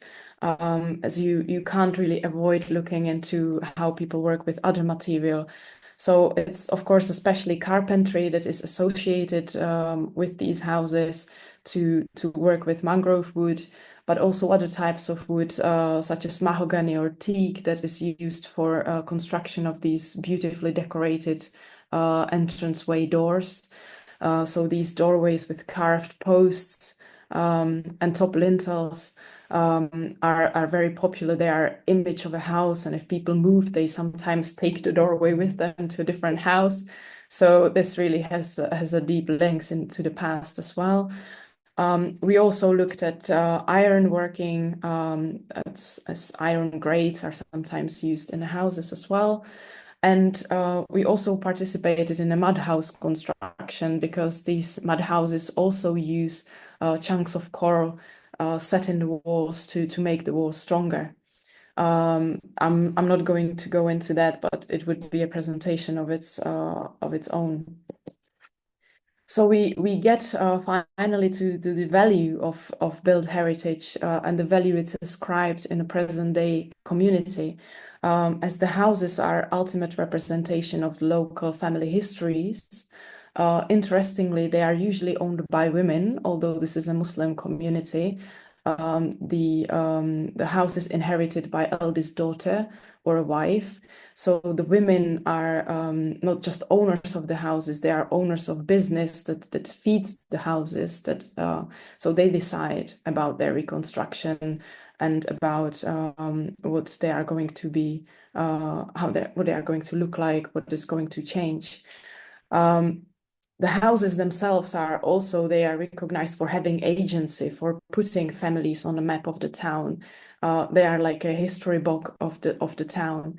And if you have some money, it's really frowned upon not to repair your house. So unless you're very poor, you're expected to look after the house and to help make the town constantly renovated.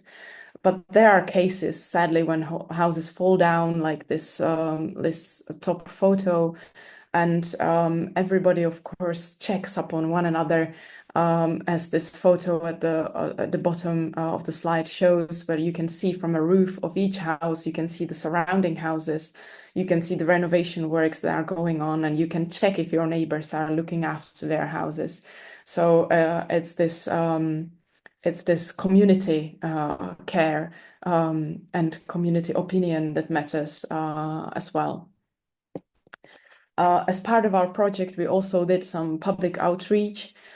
So we showed the results, we showed the also, of course, unedited videos and 360-degree photos and videos to the community, to the builders, the interviews that we did with them.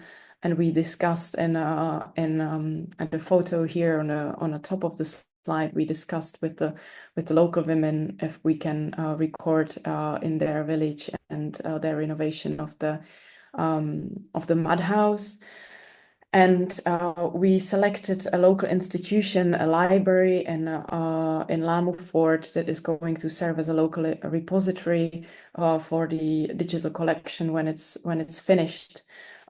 It's of course going to be put up on the website of the British Museum, but local people just don't tend to go on the website of the British Museum to look at videos about their own community. So this is going to serve as another host on the internet. And last but not least, I would like to thank with this photo my collaborators, Jasmine Mahazi and Jiri Kodl, without whose knowledge it wouldn't be possible to put it together. Technical and local knowledge represented on this picture.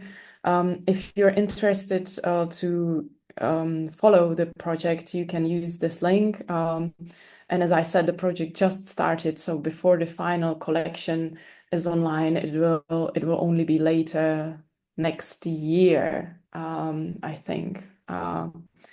So it will take some time. In the meantime, we don't have any publications yet, as we just came back from our field work. But if you were interested into more academic reading on archaeology and archaeological survey on these sites, you can look up some of my papers about these towns that I published in the past. Thank you. Thank you, Monika. Thank you very much for this really fascinating journey along the coast of Kenya. We will share your publications and your website, the resources that you shared. And I should say that it is always very useful to kind of disassociate yourself from the forms of heritage you might already know you are acquainted with, and to explore new terrains symbolically and geographically in order to extract new lessons, valuable lessons. And it is essential as for all of us as heritage practitioners to start connecting these dots that you were talking about between the standing structures and the raw materials and the local resources and the different techniques and the high specialization of craftsmanship that you referred to, and all the social aspects, and of course the family histories behind these architectural legacies, and all these processes and how they are understood today and valued by local communities. It was truly very, very interesting. Thank you. Hope it's really useful. It is, and I think we are all starting to making connections with different paradigms that we may have from the Balkans or other European territories, but also relate with this perspective of, underrepresented heritages, which is often the case with dry stone heritage, vernacular architecture in general, but also communities that are more marginalized for different reasons. I think now it is a time to start our Q&A session. And we really want you to share your comments, questions, ideas, of course, your experience from your own organizations or work. We have many participants that are also members of different organizations. And I will pass it on now to my colleague, Tori McMorran, who will coordinate the questions and this that have been already dropped in the chat. And those of you that want to raise your hand and please participate. And I should say that Tori McMorran is from the Dry Stone Wall Association of Ireland, which is a non-profit organization dedicated to promoting awareness on the building crafts of dry stone techniques in Ireland. And they have really developed a very strong community around dry stone heritage through crafts festivals and all sorts of educational activities. And Tori, you can coordinate now the session. Thank you, Anna. That's two fantastic presentations from Monika and Beth. Thank you very much, from Ireland. A question for Dr. Baumanova to start with, a two-part. So Dr. Baumanova, what sparked your interest in East African coastal architectural heritage? And are there any unresolved questions in your research that you'd like to explore? Right. Well, this is a difficult question. It's a combination, really. When I actually studied in London at UCL, and when I became interested in use of architecture, human use of space, and these socio-spatial analyses in archaeology, I just thought, or I came across the region of East Africa that's really underrepresented in these analyses, as most of the research focused on either prehistoric Europe or the classical world, sometimes Mesoamerica, because there are, of course, many examples of architecture heritage, and a lot of these analyses, how people not just build but use space. So that's that really pulled my interest as an unexplored area in archaeology, really. And I think in terms of unresolved questions, yes, there are many. One of them I mentioned at the beginning of the presentation. There's really a big gap between archaeology that focuses on the pre-colonial, and anthropology and ethnography that analyzes the colonial and post-colonial customs and histories and stories. So there are still big questions like how exactly, using what kind of technology, for how long it took, how many people build it. So many questions about the buildings that are preserved on archaeological sites. and nobody really is able to answer them because people just shy away from ethnographic parallels or that sort of thing. So it's really an academic question. It has to do how people like talk to each other, not talk to each other in archaeology and anthropology. But yeah, many questions, of course. But I would also like to kind of make more global comparisons. I think that is also important in the future. Not just to look at one region, but look at the Mediterranean, look at India, for example, Middle East, because there people also use building technologies and even house structures, house forms in ways that the comparison could give us new answers. Thank you, Monika. That's fantastic. It's such a good question. Could I ask the same question of Beth? What sparked your interest in digital storytelling, and are there any areas of culture or heritage that you think are currently underrepresented in digital storytelling? Good question.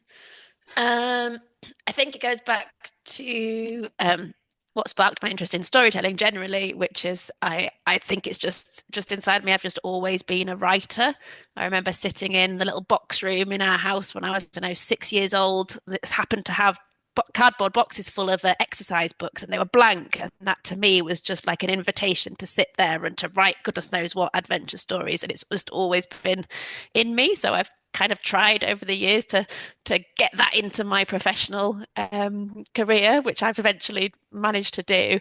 So I think it's just a human drive to tell stories. And I think, well, like I said, I think we're all storytellers, but I'm particularly a writer because it's something that I really love doing, and really is also a really good thing for mental health and well-being. I think that's a really good reason to practice writing, even if you don't do it in your professional lives. Is there anything that is underrepresented? I mean, I think it's the same question as what's underrepresented from societies and cultural heritage institutions generally. But I think we're doing quite a good job as a sector these days of noticing it and bringing things to the fore. And I'd like to point out a session in our Digital Storytelling Festival that's coming up in May. We've got a session specifically around storytelling and diverse and inclusive storytelling. And it's not just that one session, we weave that into all the things that we do. And at the moment, we've got a focus on Women's History Month because it's March. We do Black History Month in October, and we carry on telling these stories throughout the year, not just in those dedicated months. So it's an ongoing thing, and I think it's a topic that is uppermost in lots of people's minds who work in communications and cultural heritage, to tell those hidden stories and just to keep going with it. Fantastic. Thank you, Beth. It is such a great question, where people come from. Back to Dr. Baumanova. Do you know of any use of that material at an ancient site near the Mediterranean Sea, the material being coral stone? Yeah, I'm sure, there are like more famous examples than Mediterranean. For example, in Indonesia and I think in Caribbean, the coral stone is also used, but that's usually later. And sometimes it's associated with even early arrival of Europeans to Americas. I think that the use of lime is of course much more widespread, and making of limestone, but the use of coral stone, I think, is not so common, because just in other regions it's not just a common material. It's not so readily available. It's more, rare. Absolutely related to that, the next question is, are there active coral stone quarries in Kenya at the moment? And is mining legal, or are there restrictions there? There are no restrictions yet. The pictures I showed you are from a modern quarry. The quarry is on land. So that's because it's everywhere. It's the natural. It's the bedrock kind of. So There's, of course, stones of different qualities, different resources, but it's available widely. However, the quarrying of coral from the sea has almost died away, kind of without any even restrictions. It's not forbidden, formally or legally forbidden, to quarry in the sea, because it's always dead coral. I mean, you can't use live coral, so there's no danger to the environment that people would use or would spoil the living coral reefs. It's not problematic in that sense. I think that people stop doing that because you can get those decorative coral pieces with imprints of the animals even on land, although they are not common. They are more expensive, but you can get it from the land-based resources. It just doesn't pay to send a boat to the sea, and then it was quarried using these long sticks with hooks at the end. So it was kind of scraped off the sea bottom and lifted on the boat, and you can only carry so much weight before you need to go back to the shore. So we are actually hoping, and we are establishing our network, that maybe next year we would be able to go with some people who still practice that, or pay them and do it with them to go coral stone quarrying in the sea. So that they can show us how they did it. But we weren't just lucky enough yet. But that would be like the holy grail of this research. So fantastic, thank you. So that was all the questions in the chat, and I don't see any hands up. Are there any questions from the floor? Yeah, it's not a question, but I would like to ask Miss Monika. I have also an interest in African heritage, although I'm not specialized in Africa at all. I'm an architect and I studied conservation also. But how could I start searching, and what could I do in this direction? Because I really want to do something about in Africa, like a field work, but I don't know where to start. So what would you suggest? Like anything, like research or field work or even a program, but I really, I don't know where to start. Yeah, it depends what would be like if you wanted to start on heritage on archaeological sites or in living towns. Yeah. Yeah, I think in living towns it may be easier actually. The archaeological sites are sometimes problematic because even the word archaeology is sometimes problematic in East Africa. Like I sometimes say I'm architectural historian to be more approachable, because people, if you say archaeology, people imagine excavation. You are going to destroy the layers. You're going to lift something from the ground and destroy it permanently in the process. So I also, because the core of my research is in survey, so I don't really do excavation. So sometimes I say that to make things easier. So it's given that approach, it's easier to start in the living towns, and it's maybe to either get in touch with people in Europe who have research projects in Africa, or to approach the local institutions that you want to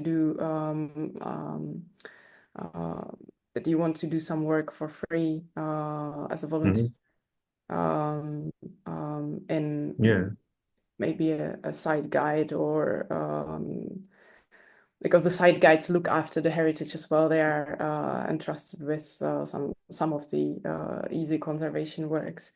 So yeah, it's not very easy, I'm afraid, but yeah. It's not easy. Okay. Mm. Thank you very much. Yeah, thank you. That's fascinating. Can I just ask, how are the written records, is there a source for archives on that building and that type of construction in Kenya or anywhere in that area? Yeah, that's another thing that's causing the gap between archaeology and ethnography and history, is this break, because in the pre-colonial era there were no written records. I mean, they knew Arabic script, and they were using it on coinage and on tombstones and some other features of material culture, but there were no like written records or written history. So this is a culture with oral histories, and everything that's written down was written down after colonialism. So it can be used for parallels. It can be used for, it's an interesting source of data, but it's not contemporary if you're interested in a really long history. For Lamu itself, because Lamu is actually it dates from late 17th century only. The earlier sites in the archipelago are on the other islands, so people moved around. Also because of availability of water. So after several centuries, usually fresh water resources were exhausted, and people moved with the city to another place. So there are records for Lamu, also because Lamu is in the north, so it was object of interest to the Omani Sultanate. So the Omanis wrote about it as well. But that's another danger, that it has this outsider, the written records have this outsider perspective from Oman. And also they were Muslims too, so sometimes that's even more problematic than Christians writing about a Muslim culture, because the Middle Eastern Omanis, they wanted to they perceived the local Islam as backward, as sometimes heretic even, and they wanted to make it more Middle Eastern. So they were imposing their ideas of development and shaping local culture too.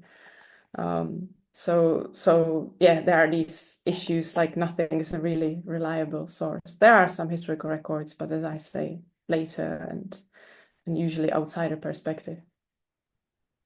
Super, thank you. Are there specific areas where you can go to visit these sites, or are they just everywhere in the town? Oh, yeah, you can go. Some of these sites, the famous sites, are open to the public. Like Lamu is visited regularly by tourists who just make a trip on their own. Usually, it's not part of these travel agency brochures. It's usually more seasoned travelers that've been several times to Kenya, and then they want to make another trip. So they go to Lamu. There's a Lamu airport, so it's easy to visit and just walk the town. And as for the archaeological sites, they are open to the public. Some of them, the most monumental ones, the most impressive ones, especially in Kenya, it's Gedi, and that's close to Malindi, and other sites like Jumbal and Tuana, that's close to Mombasa. So there's usually a small site museum, and the care of looking after the site consists of clearing away vegetation, and that's it mostly.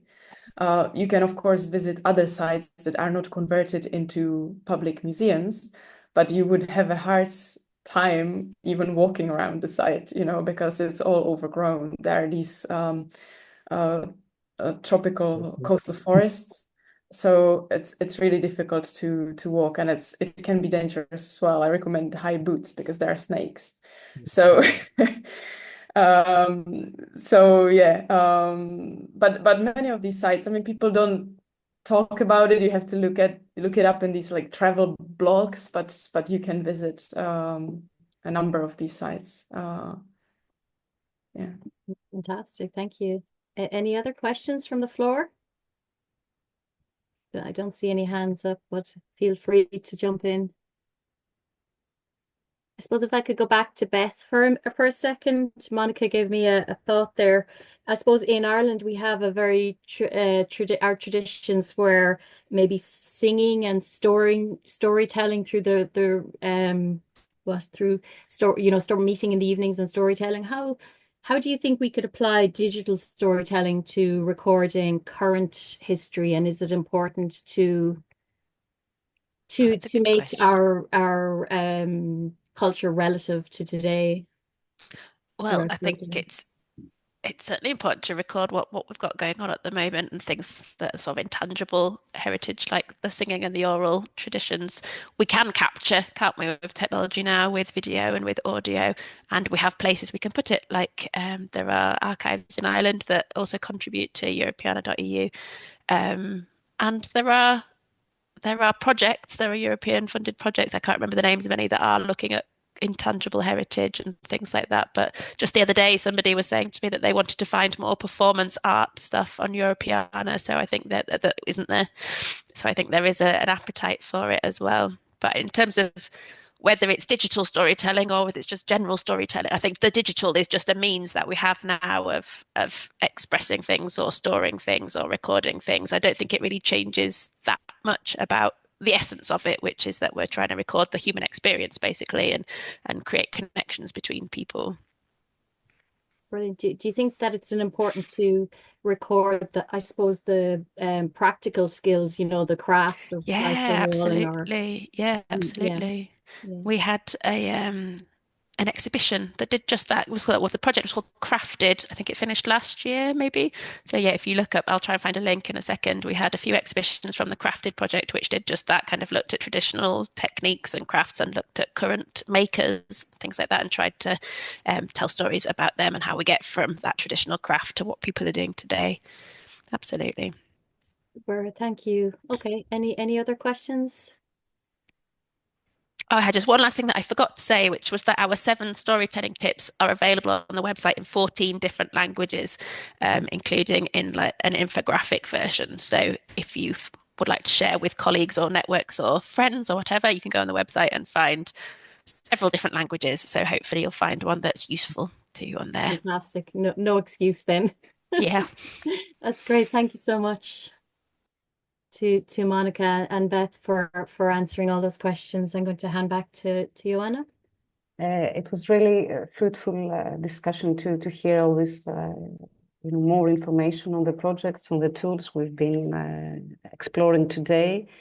And I should say that there's a series of issues that have emerged today. They were mentioned, and they will be addressed more profoundly in the next workshops that we're going to organize. As I said in the beginning, this is the first of 6 online capacity building workshops. So we will have a dedicated one to more environmental and ecological perspectives related with building traditions and crafts.